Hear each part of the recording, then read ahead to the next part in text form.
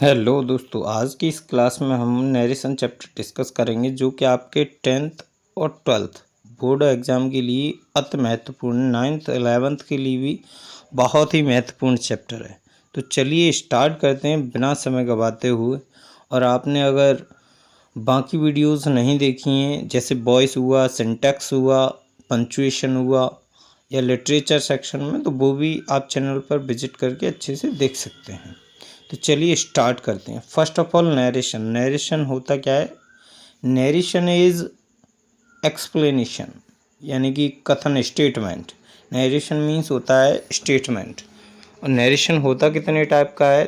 तो दो टाइप का नरेशन होता है। फर्स्ट है आपका डायरेक्ट नरेशन। डायरेक्ट नरेशन क्या होता है? जो कि इन्वर्टेड कॉमा में क्लोज रहता है, यानी कि स्पीकर द्वारा कहे गए स्टेटमेंट को इन्वर्टेड कॉमा में बंद रखते हैं। इसका जो एग्जाम्पल हो जाएगा वो ये है, आई से comma inverted comma he is a king. ये अभी डायरेक्ट नरेशन का एग्जाम्पल है। सेकंड हो जाएगा आपका इनडायरेक्ट नरेशन। इनडायरेक्ट नरेशन क्या होता है? इनडायरेक्ट नरेशन में हम इन्वर्टेड कॉमा के स्थान पर conjunction that, if, whether, to या फिर WH वर्ड इत्यादि का प्रयोग करते हैं आवश्यकता अनुसार। इसका जो एग्जाम्पल हो जाएगा वो ये है, I say that he is a king. It means जो डायरेक्ट सेंटेंस है उसी का हमने इनडायरेक्ट बना दिया है। अब आपका माइनर डिफरेंस कोई पूछे कि डायरेक्ट नरेशन और इनडायरेक्ट नरेशन में क्या है, तो डायरेक्ट नरेशन स्पष्ट स्टेटमेंट होता है, यानी कि प्रत्यक्ष होता है बिल्कुल। और जो इनडायरेक्ट होता है वो अप्रत्यक्ष होता है, यानी कि घुमा फिरा कर कहना, डायरेक्टली सीधा कह दें। आगे मोस्ट इम्पोर्टेंट जो सिंबल्स यूज़ होते हैं नरेशन में उनको डिस्कस करते हैं। फर्स्ट है आपका कॉमा। कॉमा का यूज़ करते हैं हम किसी भी स्टेटमेंट में शॉर्ट टाइम रुकने के लिए, यानी कि थोड़ा सा रुकने के लिए हम कॉमा का यूज़ करते हैं।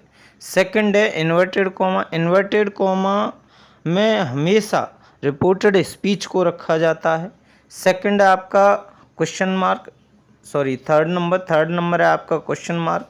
क्वेश्चन मार्क इंटरोगेटिव, जब भी रिपोर्टेड स्पीच होगी तब आप क्वेश्चन मार्क का use. Next full stop. Full stop का जब भी हमें कोई सेंटेंस कंप्लीट करना होगा तो फुल स्टॉप का यूज़ करेंगे। और लास्ट और अगला है आपका एक्सक्लेमेशन चिन्ह। जब भी आपको ज़्यादा खुशी या फिर ज़्यादा दुख रिप्रेजेंट करना हो तो एक्सक्लेमेशन सिंबल का यूज़ करते हैं। ये थे आपके इम्पोर्टेंट सिंबल्स जो कि नरेशन में आपको याद रखने हैं, क्योंकि इन सिंबल्स के बिना आप नरेशन में गलतियां कर लोगे। यानी कि जो आपका 10th में पंक्चुएशन आता है 2 नंबर का, वो कहीं ना कहीं इन सिंबल्स पे डिपेंड करता है। तो आप सिंबल्स को बहुत अच्छे से प्रिपेयर करके रख। नेक्स्ट इम्पोर्टेंट पॉइंट है difference between reporting verb and reported speech. तो रिपोर्टेड जो स्पीच है इसको रिपोर्टेड क्लॉज भी बोल देते हैं। सबसे पहले हम रिपोर्टिंग वर्ब की बात करते हैं, तो जो इन्वर्टेड कॉमा के बाहर वाला पार्ट होता है उसे हम रिपोर्टिंग वर्ब कहते हैं। रिपोर्टिंग वर्ब का सब्जेक्ट और रिपोर्टिंग वर्ब में जो वर्ब होती है उसी की वजह से पहचाना जाता है, और रिपोर्टिंग वर्ब का होता है ऑब्जेक्ट। तो ही सेज ये हो जाएगा पार्ट आपका रिपोर्टिंग वर्ब। और जो इन्वर्टेड कॉमा में क्लोज रहता है, यानी कि जो स्टेटमेंट कही गई है उसे बोलते हैं रिपोर्टेड स्पीच। तो आप बिल्कुल याद रखें कि इन्वर्टेड कॉमा के बाहर वाले पार्ट को रिपोर्टिंग वर्ब कहते हैं एंड इन्वर्टेड कॉमा में अंदर वाले पार्ट को रिपोर्टेड स्पीच कहते हैं। और रिपोर्टिंग वर्ब की सब्जेक्ट और वर्ब और ऑब्जेक्ट का भी विशेष ध्यान रखें, क्योंकि सारा जो नरेशन का पैटर्न चलेगा वो रिपोर्टिंग वर्ब के सब्जेक्ट ऑब्जेक्ट पर ही चलेगा और वर्ब पर, तीनों पर ही चलेगा बस। जैसे आपका रिपोर्टिंग वर्ब अगर प्रेजेंट और फ्यूचर में होगा तो इसमें कोई रिपोर्टेड स्पीच में चेंजमेंट नहीं करते, यानी टेंस में कोई चेंजमेंट नहीं करते।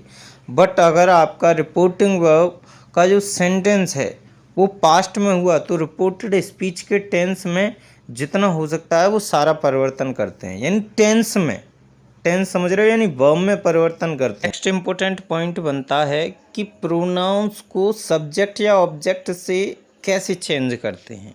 तो यहाँ पर जो हमने लिखा है फॉर्मूला सन अपॉन 1 2 3, जो सन होता है वो रिप्रेजेंटर होता है रिपोर्टिंग वर्ब का, और 1 2 3 रिप्रेजेंटर होता है रिपोर्टेड स्पीच का।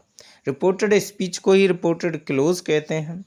सन में यहाँ पर जो एस है इसका मीन्स होता है रिपोर्टिंग वर्ब का सब्जेक्ट। क्या होता है? रिपोर्टिंग वर्ब का सब्जेक्ट। सन में जो ओ है उसको हम बोलेंगे रिपोर्टिंग वर्ब का ऑब्जेक्ट, यानी रिपोर्टिंग वर्ब का ऑब्जेक्ट। और एन मीन्स होता है यहाँ पर रिपोर्टिंग वर्ब में जो एन मीन्स है नो चेंज। अब आगे समझिए 1 2 3। 1 का यहाँ पर मीन्स है फर्स्ट पर्सन, आई और बी आपके होते हैं फर्स्ट पर्सन। और सेकंड यानी कि 2 का मतलब है यहाँ पर सेकंड पर्सन, यानी सेकंड पर्सन आपका होता है यू। थर्ड पर्सन है आपका ही सी इट दे, ये थर्ड पर्सन है।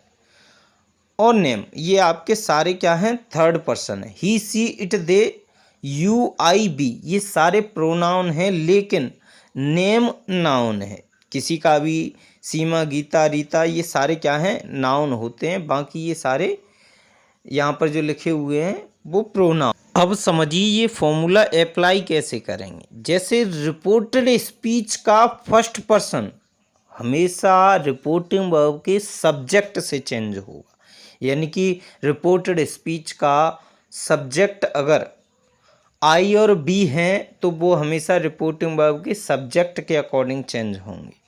नेक्स्ट, सेकंड पर्सन यू, अगर रिपोर्टेड स्पीच का सब्जेक्ट यू है तो वो हमेशा आपका चेंज होगा ऑब्जेक्ट के अकॉर्डिंग, वो भी रिपोर्टिंग वर्ब का ऑब्जेक्ट।